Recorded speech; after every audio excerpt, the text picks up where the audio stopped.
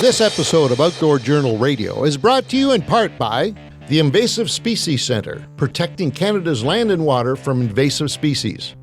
Freedom Cruise Canada, rent the boat, own the memories. JMB Cycle and Marine, your home for all things power sports, boats, and equipment. And Silver Wax, absolute care for everything you drive. On the road again. Hey, everybody, and welcome back to the Outdoor Journal Radio, the podcast. On the road again version, as you can tell from that sound. Again, something new for you, an on the road again new event. Beside me now, not over in the sound area, not over somewhere in another booth, in another world, or whatever, is Mr. Dean Taylor. Dino? No buttons? No buttons for Dino. My hands are free. And might not be happy because the buttons might not be going so much, but some of the audience might be happy. The audience will be happy. Button like that. From what I've been hearing. Yeah, so on the road again, normally we're with Steve Niedzwiecki as a co-host, or Angelo and myself, or Nick, or whoever and that, but Dean's usually the producer, but Dean's going to join me on this one because it's him and I doing the Fishing Canada show on our location, which we'll get into in a second, and we also have the fantastic Rick Delisney with us that's on camera and on sound over there. So that is like, oh my God, this guy is the multitasker of all multitaskers. Absolutely. So, but happy to be here, boys. Right on, Ricky. We are, as an on-road again, we are at Taggart Bay Lodge on Lake Kipawa in Quebec. That's where we're based out of today. And let me tell you something right now. This place is fantastic. The facility, the people are amazing here, and the fishing. Dean and I are going to get into that in a little bit. It's insane. It's insane. And I at the end of the show, as a special guest, I'm going to have Yves Bouthillette on here, who is the owner-operator of this lodge, and he'll get really into the fishing part of it and all that stuff.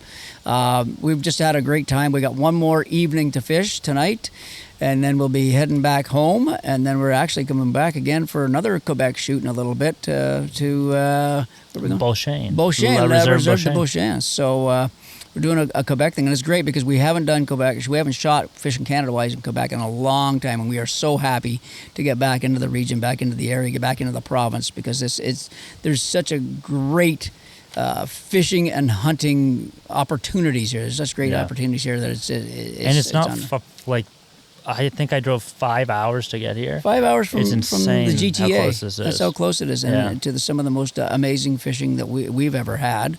And like I say, the people, when you get here, you're going to love it. So, but first, we have to do the Fishing Canada store, shop.fishingcanada.com. Angela will give us proper shit if we don't get into that one.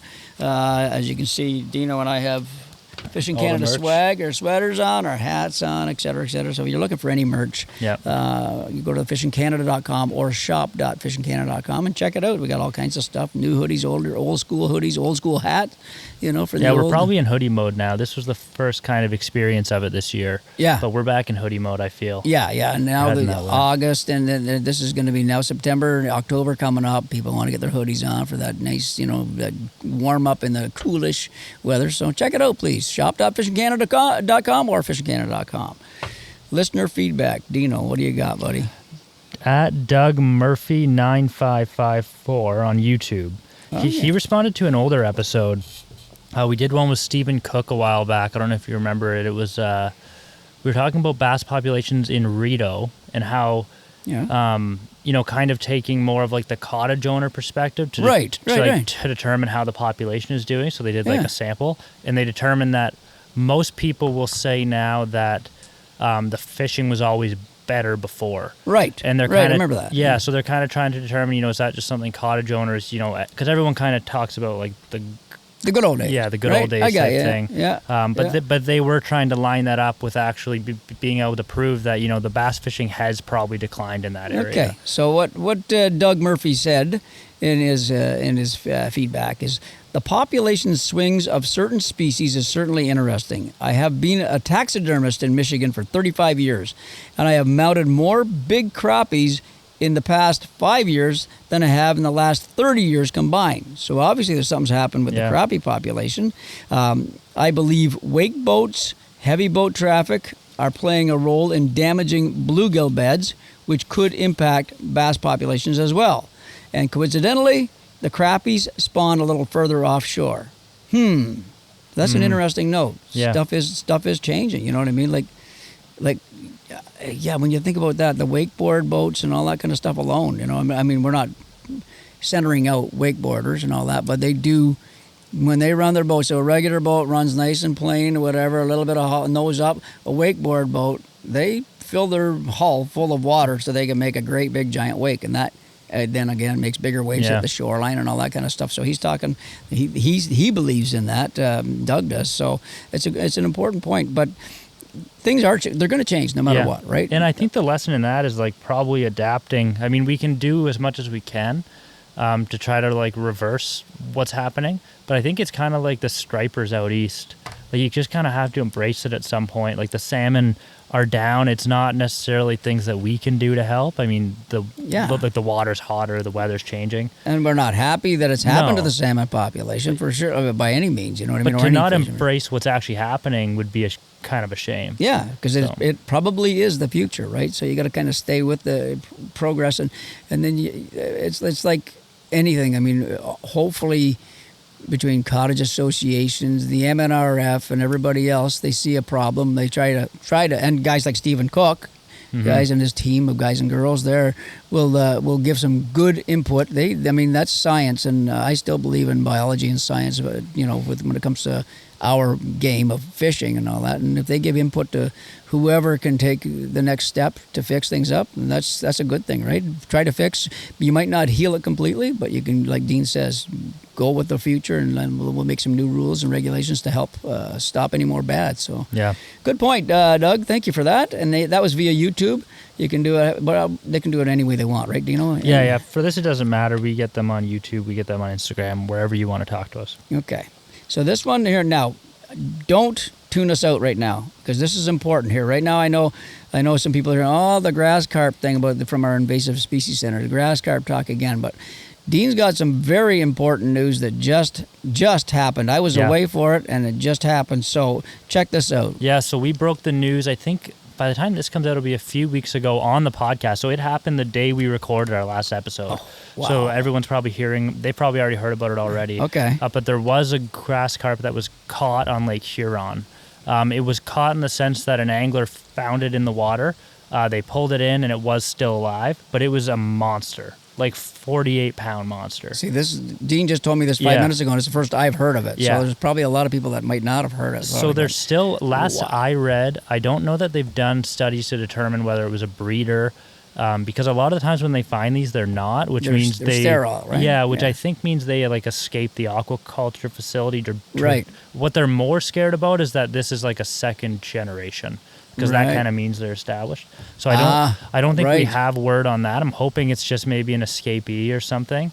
But it wasn't alive. Like it wasn't alive and swimming around. He caught it, but it was alive enough that it had lived its whole life in that area probably, and it was huge. Yeah, they can. What do they live up to 80 years? I think we always post or something like that, or something, whatever. Oh, it's 80 pounds. They go up to 80 pounds. This was like a 48-pounder or something like that. So who knows how? It doesn't matter how old that fish was. The good thing was, I'm hoping that if the guy that caught that or captured that fish is a listener of the Outdoor Journal Radio podcast, write us and tell us your story. We'll get you on the podcast. Heck, we'd love to have you on and do that. Or if you know the guy that had that, let us know, because he did the right thing. He picked that fish up, put it in his boat, called the MNRF, I believe it was. Yeah, right? and then DFO came by and they dispatched the whole thing and did all their studies. And so he knew what he was like. He obviously knew that whatever he caught was not supposed to be there, and he called. I don't know if he knew it was a grass carp. It'd be cool to know if he did know. If he heard it from us too, that'd be awesome to know. So if he did, if not, good on you, buddy.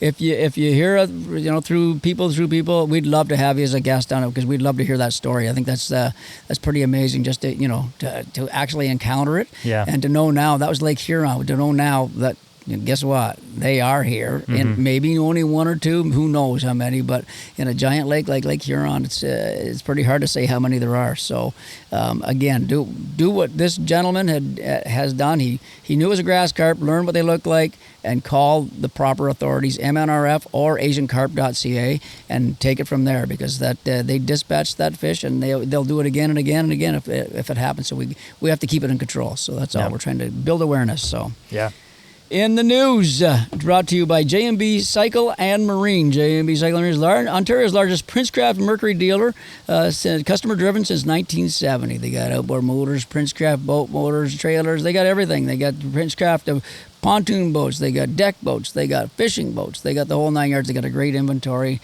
They got new. They got non-current. They've got it all. So you want to give them a shout out or take a look at jbcycle.com or just look them up on the internet, give them a call, and they're there to talk to you. They're fantastic. So yeah. The news is bigger bass, longer lives. The rise of smallmouth bass in Lake St. Clair. Yes, we have some positive news. I get lots of requests for positive news that we have positive news. Yeah, people say that the news is very negative. Well, the news just is negative. Though. You watch news in the morning, you watch global news, you're going to see 80% negative, and then, there's a nice story finally. Yeah, people like to hear the bad stuff, but we're trying to bring some positivity. You know what? I don't know if people like to hear the bad stuff or news people like to give the bad stuff. But I think you can't help but listen to the bad stuff. You can't. It's just like... Yeah, you can't. Somebody gets murdered, and then there's a robbery here, and then there's this and that. It's intriguing. Like our best podcast ever, our best performing one was the tournament cheaters. That's like the worst news in our industry, and it's the biggest. So. We are suckers for bad, that's all. Okay, recent study done by the Michigan Department of Natural Resources shows why the fishery is thriving more than ever. Bass in Lake St. Clair are now living significantly longer, which is a big thing, especially for bass, which are not the longest living fish like a lake trout or whatever.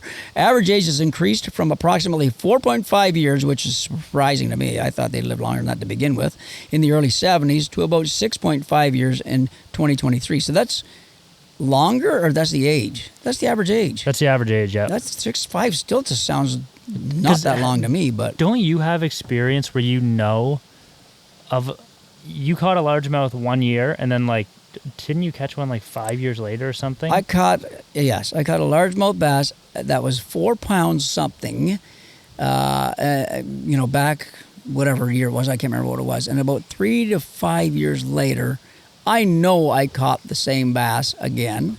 And back then it was 4 something. This time it was 5 something. And only because there was a significant slit underneath the right side of his chin, basically, whatever. Right by the wings. And then I believe I caught that fish again because it was all in the same area-ish. Wow. And it freaked me out. So the first 2 times was the same spot. And that was years apart. And then I went about 2 years later or 1 year later and caught this giant, which was 6 pounds, just $5.99 I think it was, or $6.01. It bounced back and forth, and I think it was the same fish. And I swear to God, to get 6 pounds, if I already caught him, let's say 5 years in between there, he had to have at least 5+ years to get that big. Oh, you know think what I mean? So, yeah. Maybe more, maybe 10 more years, because that's a giant fish. So I'm surprised at the 6.5 years, but it might be because it's a Great Lakes, lake, being not a Great Lakes lake, but part of the system. And of that's Great the Lakes. average, right? That's probably brought down a lot by the younger ones. Yeah, dying that off. could be. There might be 10-year-old and 15-year-old smallmouth there. You never know, right? Yeah. So, but over 95% of smallmouth bass caught in Lake St. Clair tournaments and recreational fishing are voluntarily released by anglers, contributing to sustained longevity and the abundance of trophy-sized fish. The decline in angler harvest has not led to increased mortality. On the contrary, our fish are surviving longer and growing larger over time, which is a big thing. That doesn't surprise me at all. Yeah. The driving factors are catch and release ethic, like BASS with their tournaments. They started that catch and release, and it's going strong now, not only in tournaments, but in Dean and I are today. We throw everything. This whole trip, we've thrown everything back. The last Temiskaming trip I just got with Steve, everything back. Ange and I up in Northern Ontario, we threw everything back. You know what I mean? So we like to keep the odd shore lunch, but not very many. And that just because we like to taste the fish, but we know that you can't just pound on them and keep them, everyone you catch. It's just be ridiculous. Water quality improvements. The Clean Water Act in 1972 and the Canada Water Act in 1970 have helped improve water conditions in Lake St. Clair, supporting healthier fish populations. Regulation changes, so the size limits have changed. Longer growing seasons because of we can't sort of dictate that, but it is what it is. And the prey availability. This is a good one. The invasive round goby, while not the sole driver of growth, has become a consistent forage source for bass. Through DNR research, found growth trends predate its arrival.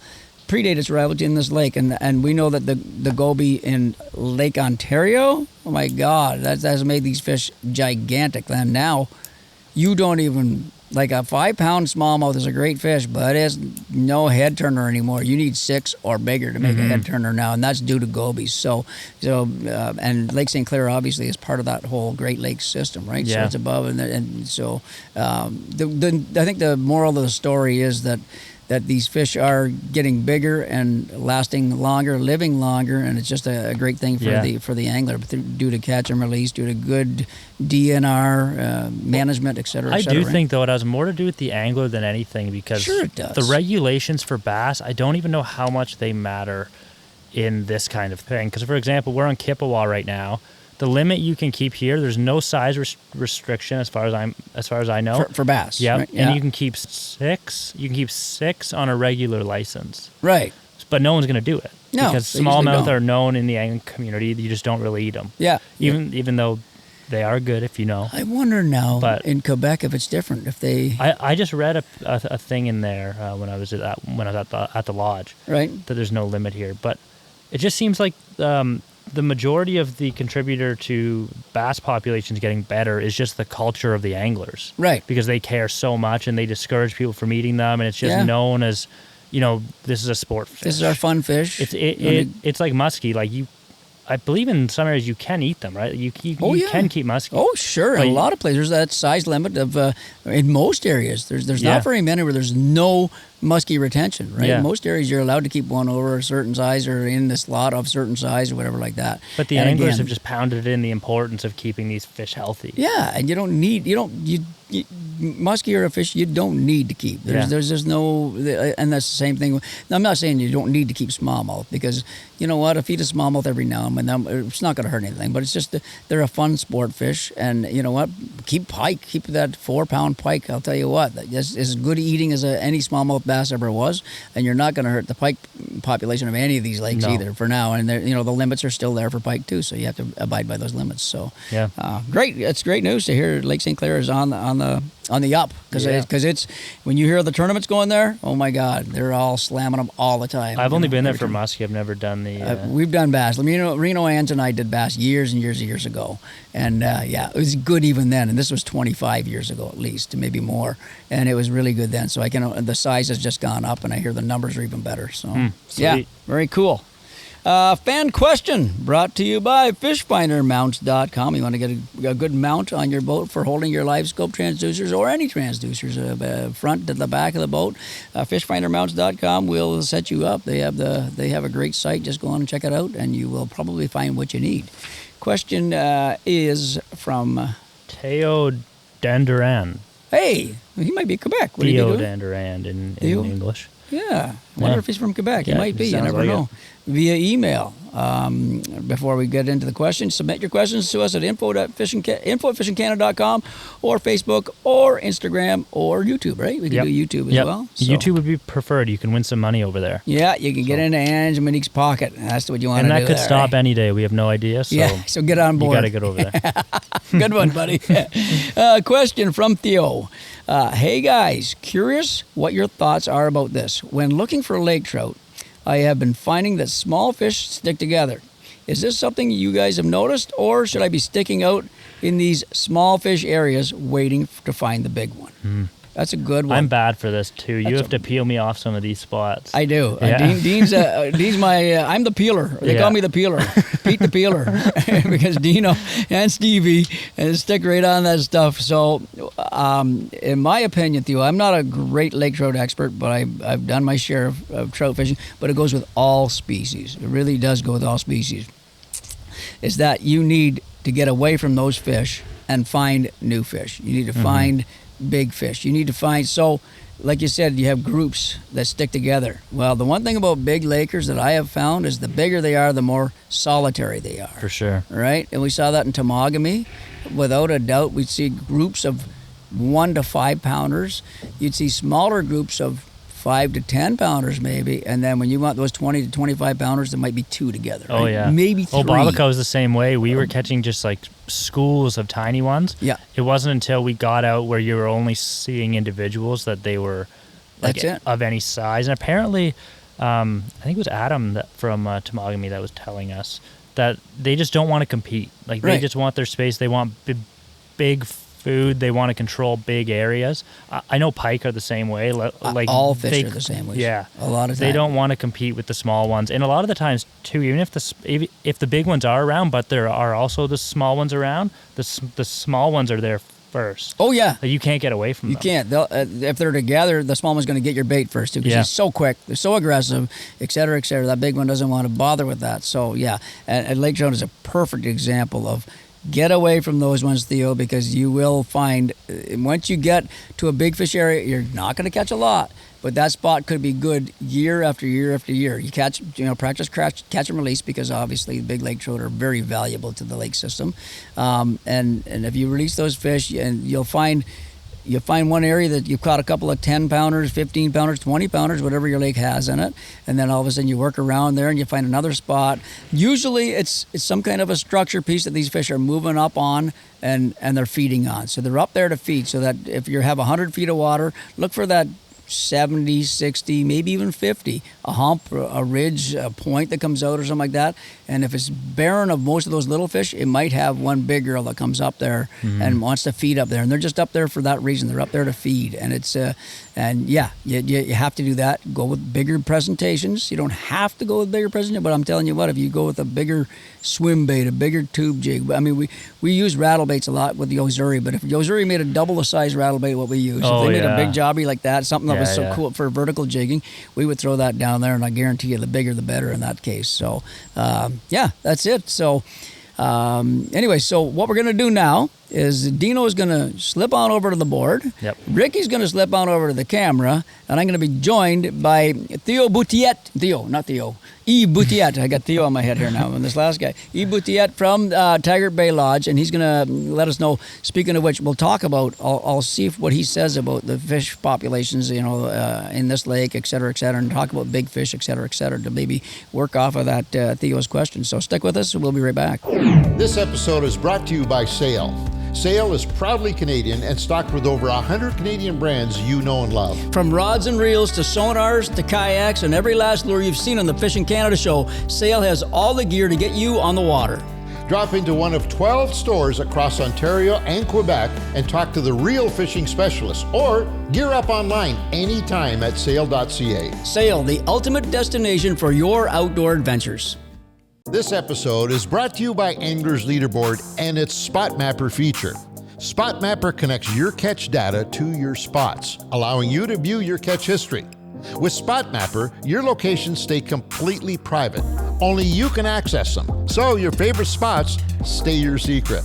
Learn more at anglersleaderboard.com. And now for the final segment of the show. As you see, we've shifted things around a little bit. Dean has left. He's over there on the board now. Ricky is back in his justified position. I have my special guest, Yves, with me, and this segment is brought to you by Silver Wax, dry dock hull washer, pontoon cleaner, carpet and fabric dry cleaner, fly away insect remover. The right tools cleaning your car really doesn't take that long, and Silver Wax definitely is the right tool. Since 1999, proudly Canadian, loved by car cleaners nationwide. This stuff is really good, as you have heard us in the past. We use it now, and it rocks. Remember Silver Wax. Yves Bouthillette. Yves Bouthillette. I have to get that right because I don't want to mess up somebody's name. He's the owner and operator of Taggart Bay Lodge, which we're sitting at today on Lake Kipawa in Quebec. Yves, welcome to the show, buddy. Well, thank you very much. Thank you for having me. Thank you for having us, too.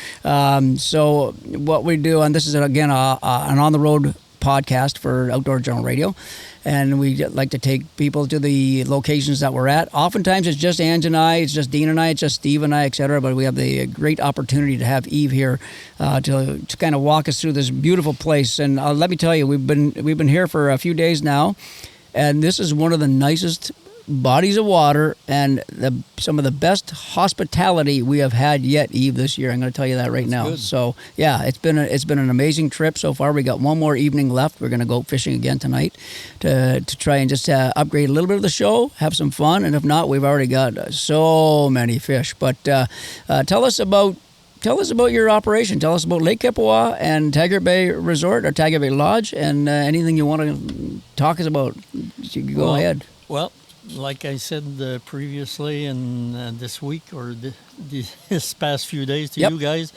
I really love this lake because I was born and raised on it. Mm-hmm. And because my family's been into outfitting business forever, but mainly because the lake is what it is. It was like that when I was young. It's like that today. I got to thank my favorite government for that. The Quebec government seems to do a good job on protecting lakes and river in Quebec. Well, a pretty good job anyway. Yep. And that'll be the last time I say it's my favorite government, just so you know. That's what we like. We like them to maintain our lakes and river as is. Yeah. To give you an example, Lake Kipawa is a very known lake here in Quebec, in Ontario quite a bit. We've heard about it for years, for sure. It's even known in the U.S. more, I think, than anywhere in Ontario or Quebec. Really? Okay. Yeah. They love this lake. People travel 12 to 20 hours to get here, and once you've been on it once, you know why. One of the protection that the government gives to our lakes, especially this one, is they installed naturally they had installed fish limit and this and that, but they also here protect lake trout in a very safe way, which they have very low limit on them. They close all fishing in the winter to make sure nobody hurts the lake trout population. Right. They installed slot, I guess you call it. Slot limits, correct. On walleye or pickerel, whichever you prefer. Doré. Doré. That's around here you hear more doré than pickerel or walleye. Yeah. But so all of these put together make our lake not only one of the nicest lake in Quebec with its size, its color water, which I shouldn't say color, I guess. It's crystal. Yeah, it's beautiful. No, it's beautiful. Tell me too, you were talking lake trout, sorry to interrupt you, but you had an interesting story about the water levels in September, et cetera, et cetera. Tell the audience what went on there. Well, that's another thing our government and our biologists in the region here do is they make the water go down in September, early September, before spawning time for lake trout. Yeah, okay. They lower the lake by at least 40 to 60 centimeter. To make sure that the lake trout go and lay their eggs a little deeper, because they always go at least 5 feet below surface. Right. And so they don't really know, but the surface isn't tampered with for the time that they actually spawn. Yeah. That way they spawn at that depth that they want. And then the government raised the waters back up in the fall with all the rain. It's easy. They raise the lake back to a normal level because they do use some of that water in the winter for hydro on the Ottawa River. Mm-hmm. So by lowering the water now, they can save most of the eggs, lake trout eggs, because they made them go spawn deeper than they usually do. That's fantastic. So for people listening that like lake trout are fall spawners, as Yves just stated, and the lake trout have no idea about water fluctuations, right? They have no idea there's a dam here and there's something to be fed down that way. All they know is they got this spawn at a certain level. They really look for an optimum level. Well, if the like in our area north of Toronto and that in the Haliburton area and all that, they drop the levels 6 feet in the fall. Well, if the lake trout are spawning, at a certain level like here, and normally, and they drop that like that, those eggs just dry out and they die. So that's what Yves talking about. So they literally drop the level for the lake trout spawn, which is fantastic, which is amazing. And then they bring it back up. That after the successful spawn, they can do whatever they want with it then because the fry are hatched, et cetera, and then move on. So that's great. It took a lot of years for us talking and, how do you call it in English? Arguing with certain part of the government to do that. But now that they've done it, you can already see the difference. And they do it every year now? Every year. Doesn't matter? Good. See, and nobody's going to complain about that, really. There's no real reason for somebody to complain, right? The cottagers, it's not, It's late in the season, so there's less people fishing and this and that. And everybody understands and agree that we have to watch out for different species. And in this case, lake trout is a weak fish compared to many other fish. Of course. So they're taking care of it pretty good, I think. Good. Let's talk about walleye. Talk about the walleye, because this lake is probably known most for walleye, I would assume, right? So give us some idea. Well, walleye also has been in the last 10 years or so, they changed a lot of rules, the slot being one of them, most likely the most important rule on walleye fishing. Right. Now, most of the spawner in the lake stay in the lake. Not many, well, they die naturally, but they don't die too much from a knife. Sport fishing. Right. Yeah, exactly. So it's a very good thing. And even there, Lake Kipawa has been very, very good walleye fishing with humongous spawning bed all around the lake. So it's never been, and the fishing pressure up here, that's what I should talk about on walleye. Right. What people call fishing pressure here is a joke. Yeah. If you see 2 boats, 3 boats together in an area, a lot of fishing pressure. That's what we've been seeing this week. There's hardly anybody around in these prime areas on a long weekend. You know what I mean? So when you, I started really noticing it when the Americans started coming here. When I started building my own lodge here, I noticed all the guys from the U.S. would be amazed not to see another boat in some very big part of the lake. So that's when we started figuring out that fishing, what we thought was fishing pressure, was a joke. There's no fishing pressure. Right. You haven't seen it, because we've seen fishing pressure where we're from, I'll tell you that. So all of this put together, I think, makes the lake very good for fishing. It's always been. I think it's always will, because of all the different rules and the fact that even outfitter are restricted to so many beds, so many cabins. Oh, so okay. Yeah. Okay. Well, no, here, if I wanted to build a cabin here, I had to buy another outfitter out. And if he had a cabin of 4 bed, I was entitled to build a cabin with 4 bed. And they do check that. Wow. They watch that very carefully. Very interesting. Yeah, when I was telling you about the government doing a lot of stuff for fishing and for lakes and river in Quebec, they really do. Some of the biologists in our area are really good, and they really watch out for that. That's fantastic. Speaking of the slot for walleye, what is their slot limit here? Here it's between 30. Well, it depends. It's in this region, there's a lot of different slot, depending on what lake you're on. Right. But on this lake? Yeah, here we always go by inch, because most of our little older customer, they go by inch. Exactly. And we say 14 to 21. 14, that's a perfect slot, because that's the perfect eating size walleye. There's no reason to keep a 23 to 25 to 30 inch walleye. There's no reason at all for that. Nowadays, you get a replica mount, take pictures, get a replica mount done, you know what I mean? So that's good. And that's been in like that way for how long have you had that slot? I think now it'll be the 8 years or maybe more. Yeah, time flies you're gonna see even more trophies and more trophies as that time goes on now, because that's not even a long time, right? So but you're gonna. Another thing you got to know about this lake is a fast-growing lake. So in 2-3 years, a walleye is already at 16 inch. Oh, really? That's what the biologists are telling us. The 3rd year, there should be between 14 to 16. Now, for anybody that says, nah, that can't even be possible, well, now Dean and I have been up here shooting, so Dean Taylor and I, for the Fishing Canada show. And the reason that Yves is saying that, I can guarantee you the reason for that is I have never in my life seen a lake with more bait fish than this lake. It is absolutely incredible that not only in the open water where you see all these pelagic fish that are swimming on their own, every piece of structure that we come up to, there's schools of bait fish, and there's even different size of bait fish that we see. There's these little wee tiny ones on the live scope we see, and then there's looks like perch size, and sometimes they're side by side, like 5 to 10 feet apart in these schools.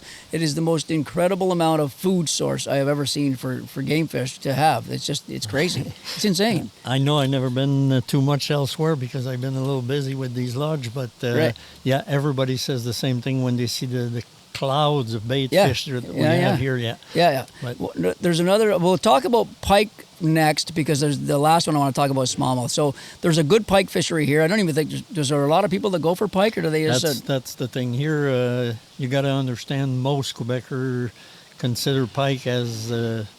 Garbage or not garbage, but whatever, right? Close to garbage. Yeah, they cut your so line. They don't go for them. They get them on their line. They try to shake them off. Right. So we don't have the best pike fishing in the world, naturally, but what people really notice here is when they get pike, they get a huge size. Yeah, because they prowl on other fish. We know that, but it's quite normal.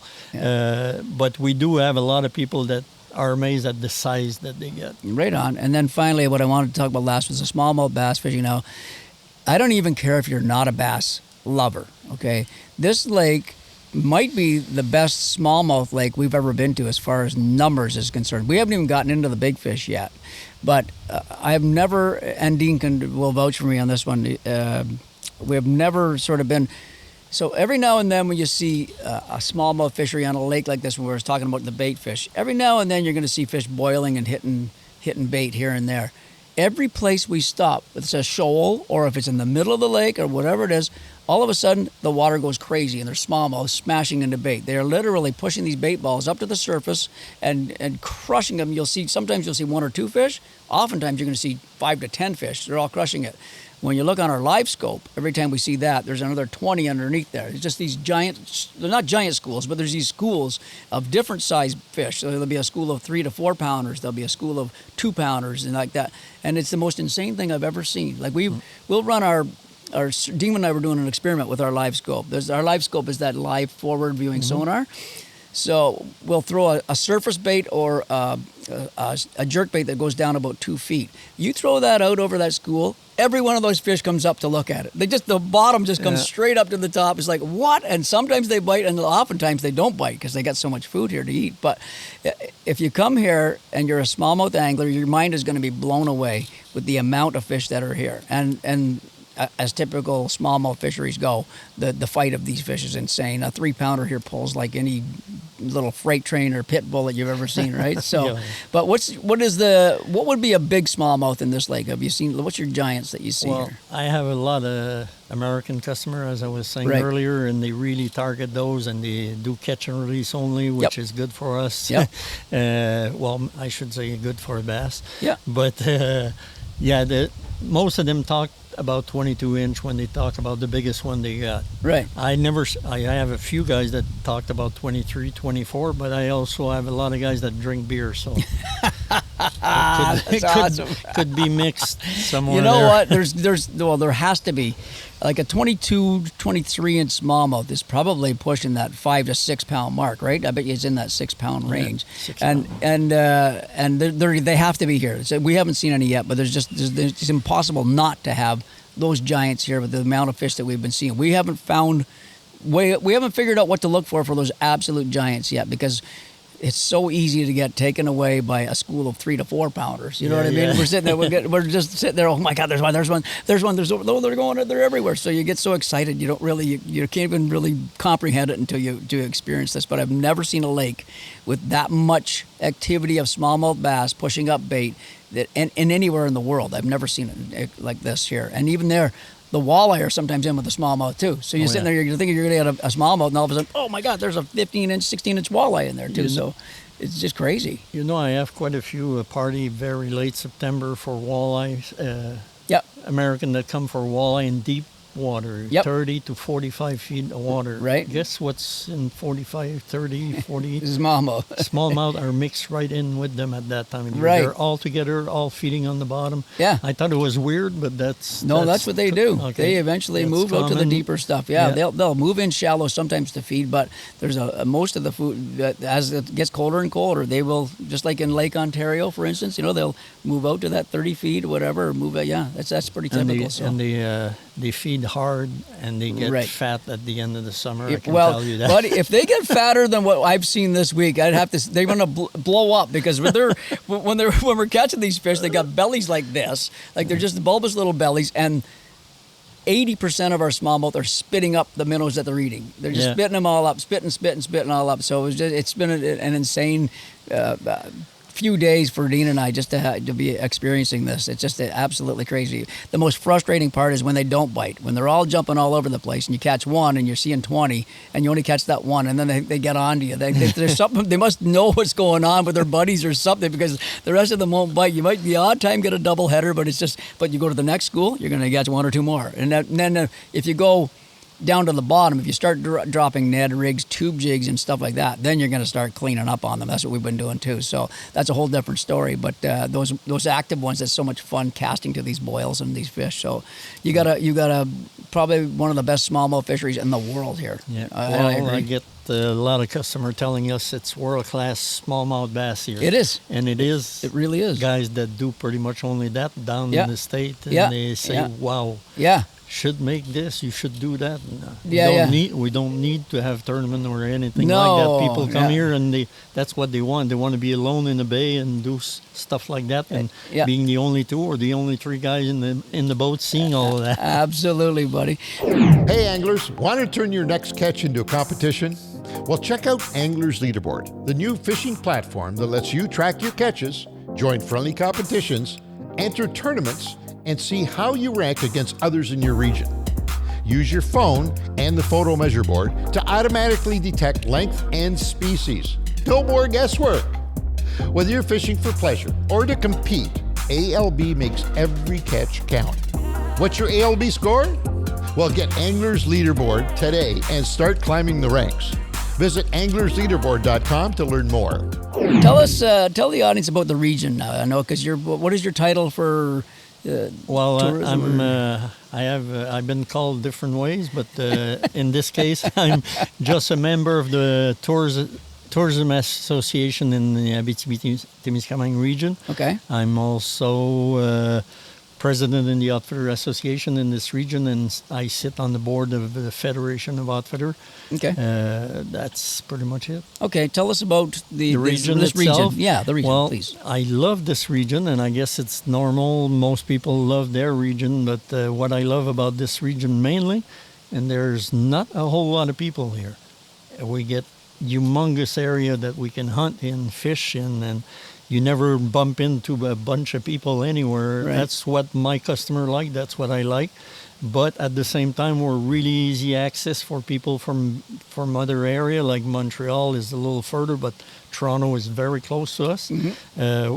You get all the service you can get now. There's nothing that we don't have here that they have elsewhere. Internet first thing, but people are really serious about that they stuff. They want their internet now, buddy. Well, that's for sure. A lot of them, they come here and they work at the same time, and we're just upgrading every year. We're putting more dish, and the region itself is that it's easy to get at, and it's remote at the same time. It's hard to explain, but you can drive right off a paved road like 101. You drive 4 or 5 miles in the woods, and you end up on the lake like this. Absolutely. And there's another little thing that they don't do here is they don't let cottages being built everywhere. This lake here, you can't buy land, you can't rent land, you can't do anything around it. They did a few spill of 20 cottages were built there and this and that. Always access to the municipality, but they don't want no remote cottages anymore. They don't. Right. They want to keep it natural. Well, good. That's great. It is good. How many? So we're on the north end of Lake Kipawa, correct? Yeah. On the north end, and it's a huge lake. I think you said 60 miles end to end if you were to go from one end to the other. It's three big arms on this lake, right. But the longest part you could do is about that 60 some miles. So in this northern area with you here, we saw another outfitter down the way, not too far from here. How many outfitters would you have in this northern? Well, there's outfitters license and there's outfitters because over the years a lot of these places got bought out by people that don't really outfit because you couldn't build and you couldn't buy anything. They bought an outfitter camp and they're using it privately. Outfitter that actually operate on this lake, I don't think seriously, that make a living out of this, I don't think there's more than 7 or 8. That's all. So there's not a whole lot of competition, not on this, which is not good. on this lake. Yeah, and that keeps the fishing population, the fishing pressure down a little bit more too, et cetera, right? But, But you can get access to 10,000 different lakes in this county. Okay. With about, I would say seriously, outfitter making a living off of it and everything, maybe 30-some, 40 at the most. Wow. And they can take you to any other lake. They can fly you in. They can drive you in. They can take you anywhere for hunting too. So that's what makes it nice. It's so remote, easy to get access to, and you got all these different packages or outfitters that can help you to do that. Yeah. We're the only region like that, I think. Good. I sit on that board with the Federation. I see all these other outfitters or president of a region there. Yeah. And I talk to them and I listen to them. And you see that they're all close, a lot closer to where there's a lot of people.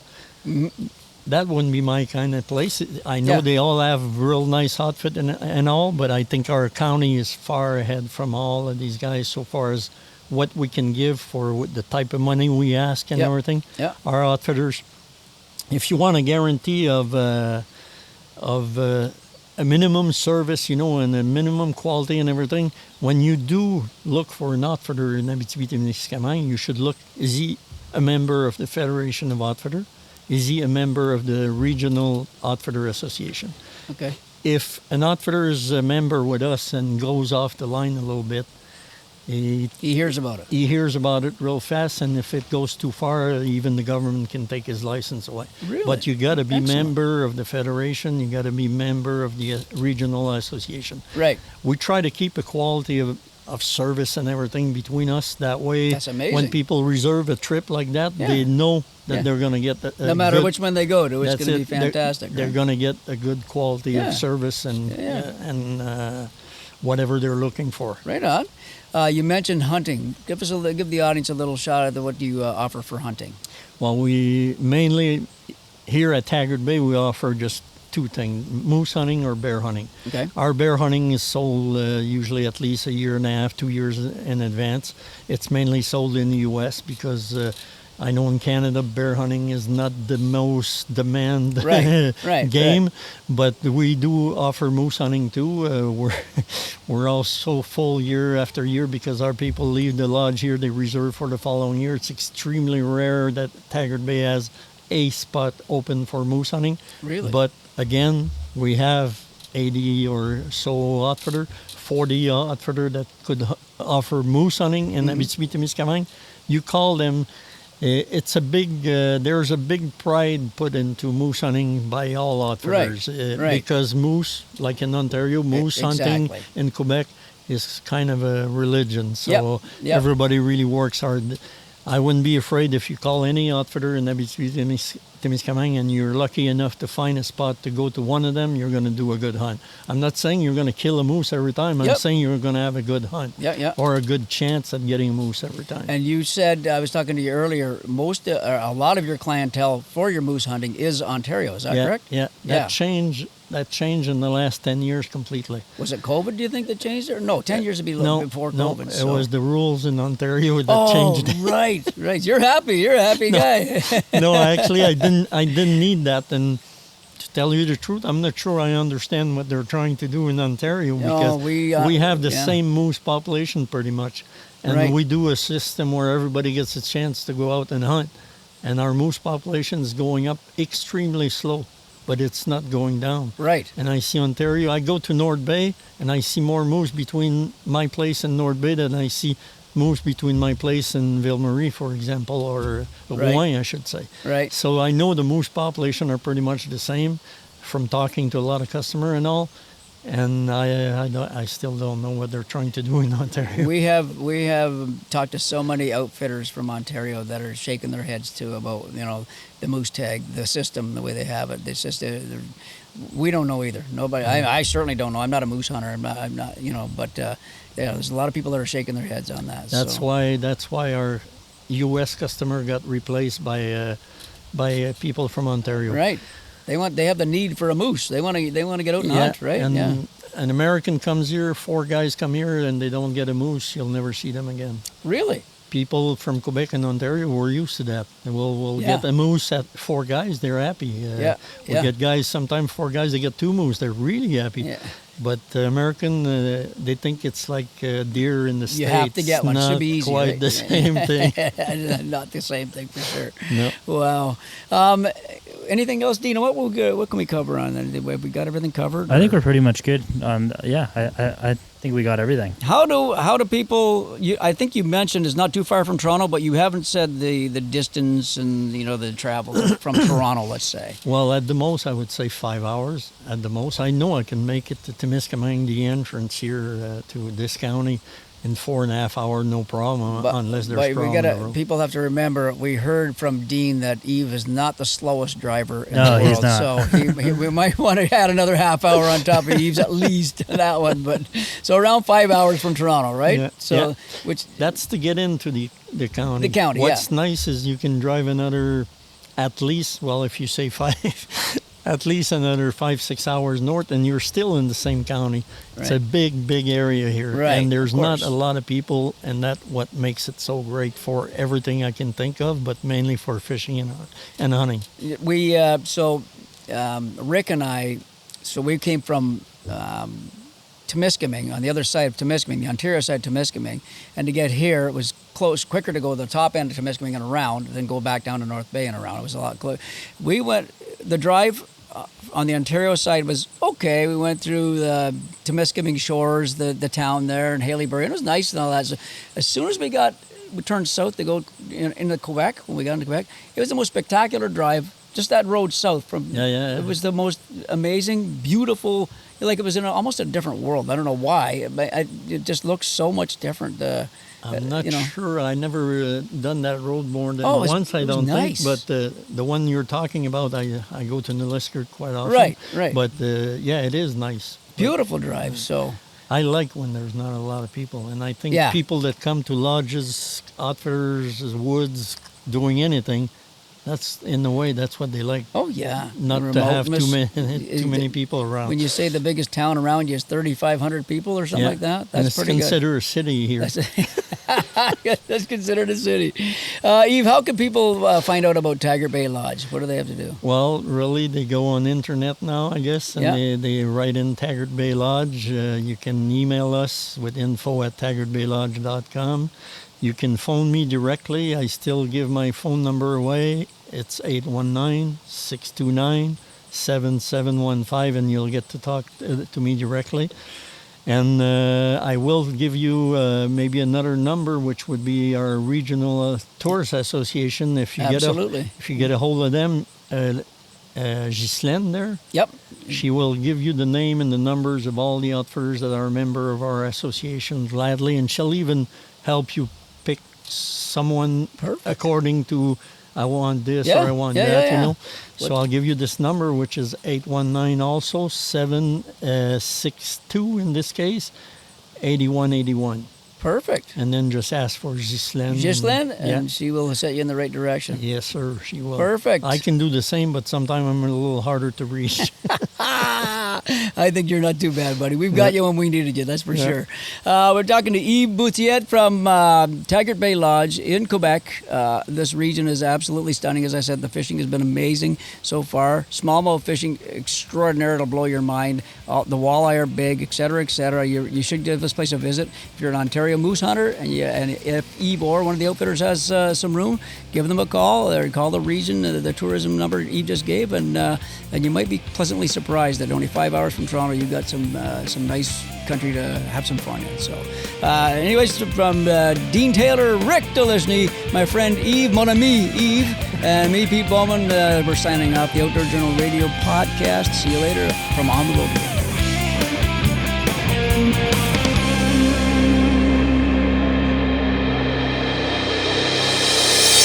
This episode of Outdoor Journal Radio is brought to you in part by the Invasive Species Centre, protecting Canada's land and water from invasive species.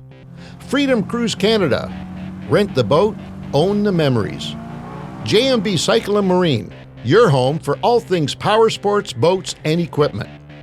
And Silver Wax, absolute care for everything you drive.